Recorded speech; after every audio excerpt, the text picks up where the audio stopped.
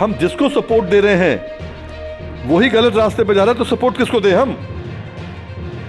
गाजीपुर में एक ही तो आदमी था जो वार्ता में जा रहा है। हम तो पीछे लगे हैं, सपोर्ट दे रहे हैं। जैसे लड़ाई के अंदर आदमी कवर देता है फायरिंग के लिए, हम कवर दे रहे हैं ना। प्रधानमंत्री पे विश्वास कैसे किया जाए? बात खेद के साथ कहता हूं, विश्वास नहीं कर सकते।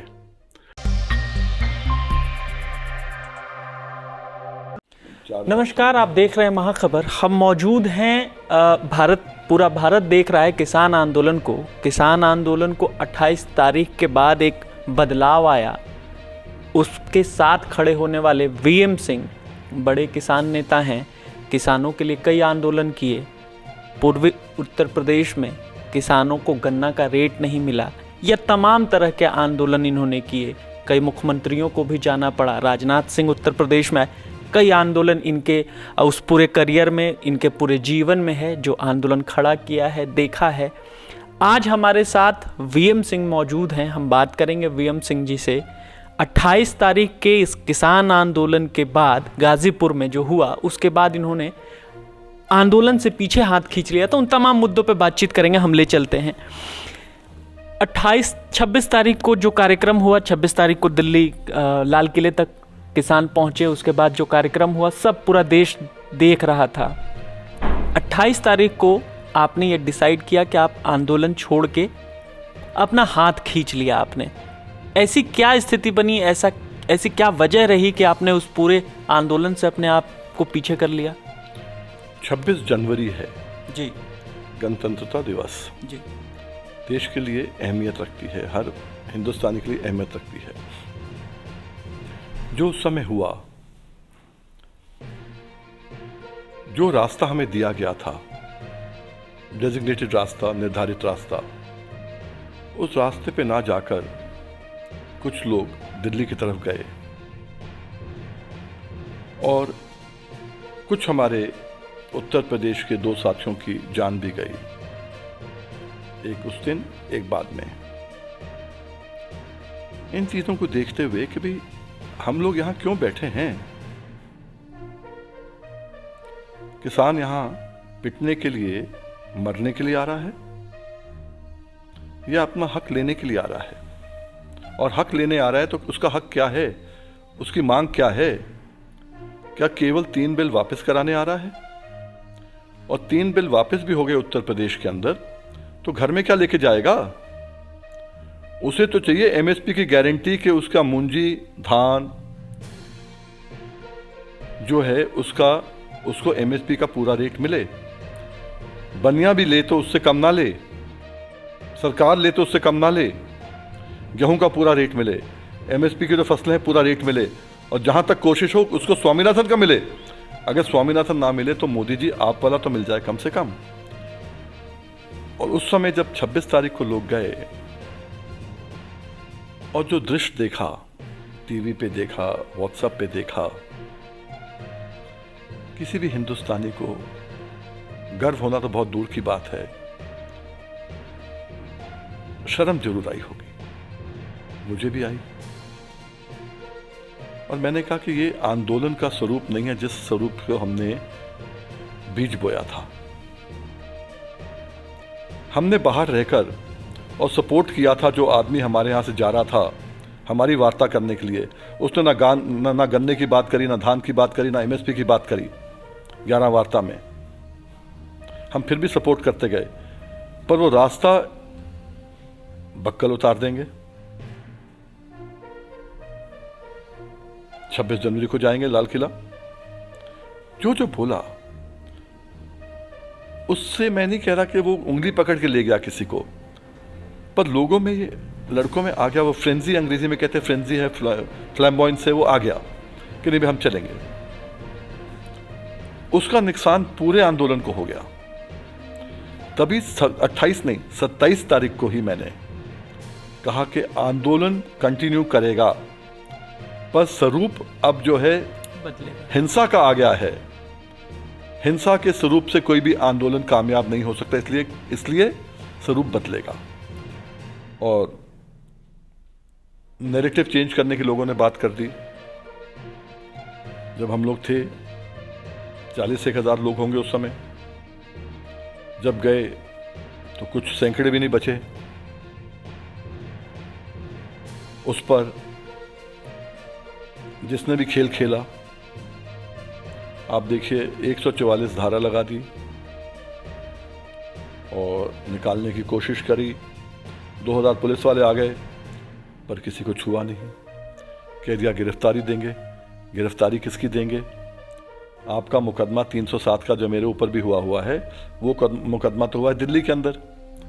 आप हो गाजियाबाद में, पुलिस से गाजियाबाद की, दिल्ली पुलिस का तो एक आदमी नहीं आया, दिल्ली पुलिस में आप सीमा में घुसे नहीं आप। तो ये सब जो था हुआ, बड़ा अजीब लगा।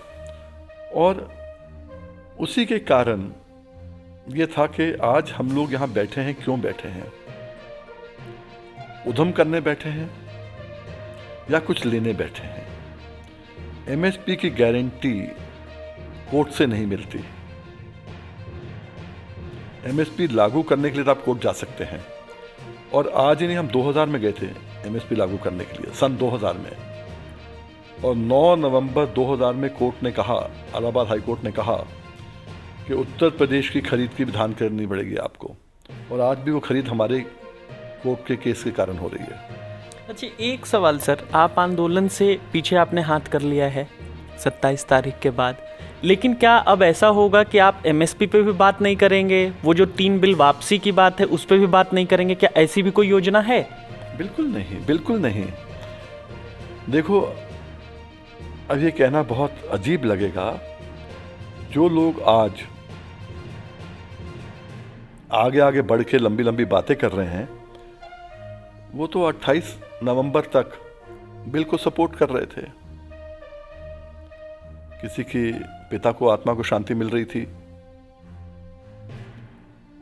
कोई मुख्यमंत्री को जाकर मिल रहा था कि बिल बहुत बढ़िया है।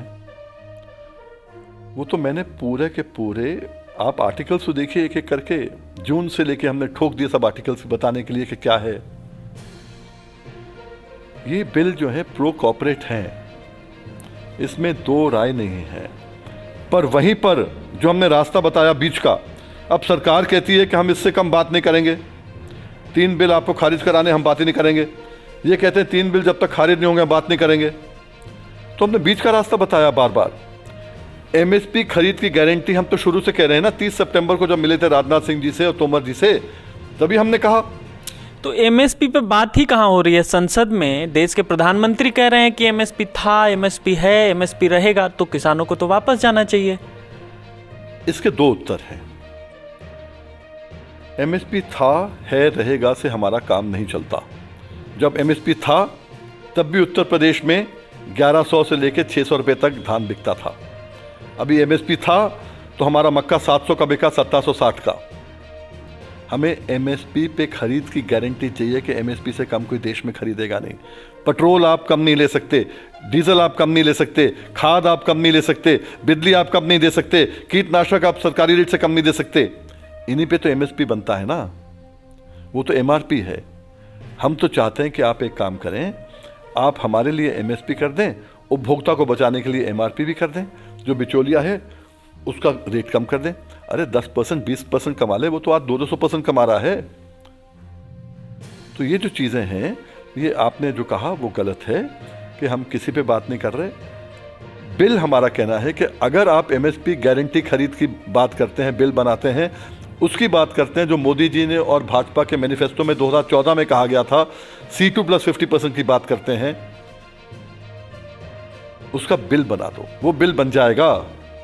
तो ये तीनों बिल इनफ्रक्चुअस हो जाएंगे, बेमाने हो जाएंगे। मैं फिर आपको समझा दूं कैसे, कि एपीएमसी मंडी में एमएसपी पे खरीद होती है। अब ये नेता जो कहते हैं कि एपीएमसी से कम खरीद होगी तो किसान को नुकसान होगा और कम पे रेट मिलेंगे तो एपीएमसी खत्म हो जाएंगे। हमारा कहना है कि अगर एमएसपी से कम कोई खरीदेगा नहीं, एपीएमसी और बाहर दोनों एक ही रेट होंगे। फिर एपीएमसी हो या नहीं हो, क्या फर्क पड़ा तुम्हें?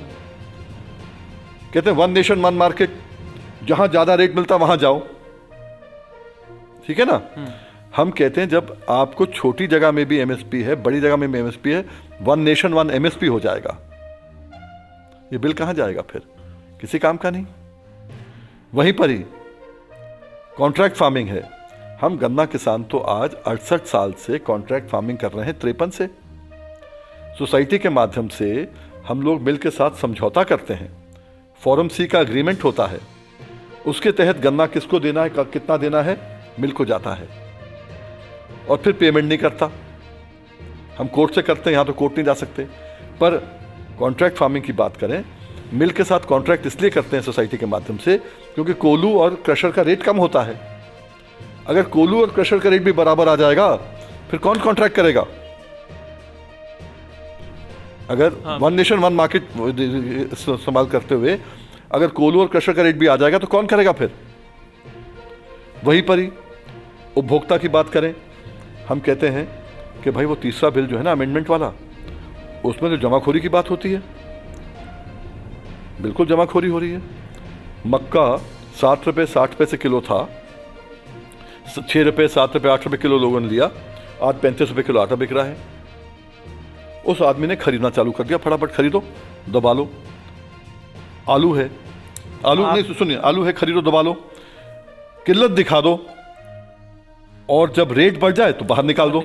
मैं एकदम सहमत हूं, लेकिन संसद में कृषि मंत्री भी कह रहे हैं कि बिलों में काला क्या है ये कोई बता नहीं पा रहा है। मैं तो बता आप बोल रहे हैं लेकिन सरकार तो सुन नहीं रही है। मैं इसलिए ये बात कह रहा हूं कि 11 स्तर की बातचीत भी हुई, लेकिन आंदोलन और बातचीत का स्तर कहीं नहीं जा रहा है। आप आंदोलन में जहां खड़े थे 3 बिल वापस चाहिए, एमएसपी चाहिए, एमएसपी वो कह रहे हैं कि एमएसपी है, लेकिन बातचीत का कोई स्तर निकल नहीं रहा है रास्ता। तो लगता है मैं और आप एक ही बोट पर हैं, एक ही पेज पर हैं।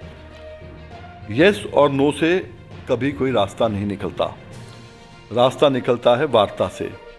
अगर कभी सरकार ने कहा था और कहा है या होगा कि भाई ये बिल तो रहेंगे, वार्ता करो तो करो ना वार्ता, बोलो ठीक है, उनने कहा डब्बे में जो डालना डालो। ये एमएसपी की खरीद की गारंटी, मैं फिर कहूं एमएसपी की गारंटी नहीं चाहिए भाई, खरीद की गारंटी का बिल। हम ये नहीं कह रहे कि सरकार खरीदे जी, देश में कोई भी खरीदे, कम ना खरीदे। अरे 138 करोड़ लोग खाने वाले हैं, बाजार में खरीदना पड़ता है क्या? 6% से काम चलता है क्या? जो बाजार में खरीदे इससे कम ना खरीदे, खत्म। और फिर सरकार को क्या करना होगा कि इंपोर्ट और एक्सपोर्ट के ऊपर भी संतुलन बनाना होगा। ऐसा ना हो कि मक्के का रेट 1000 आ गया था, आपने 5 लाख मीट्रिक टन ले लिया तो 7 रुपये वापस आ गया।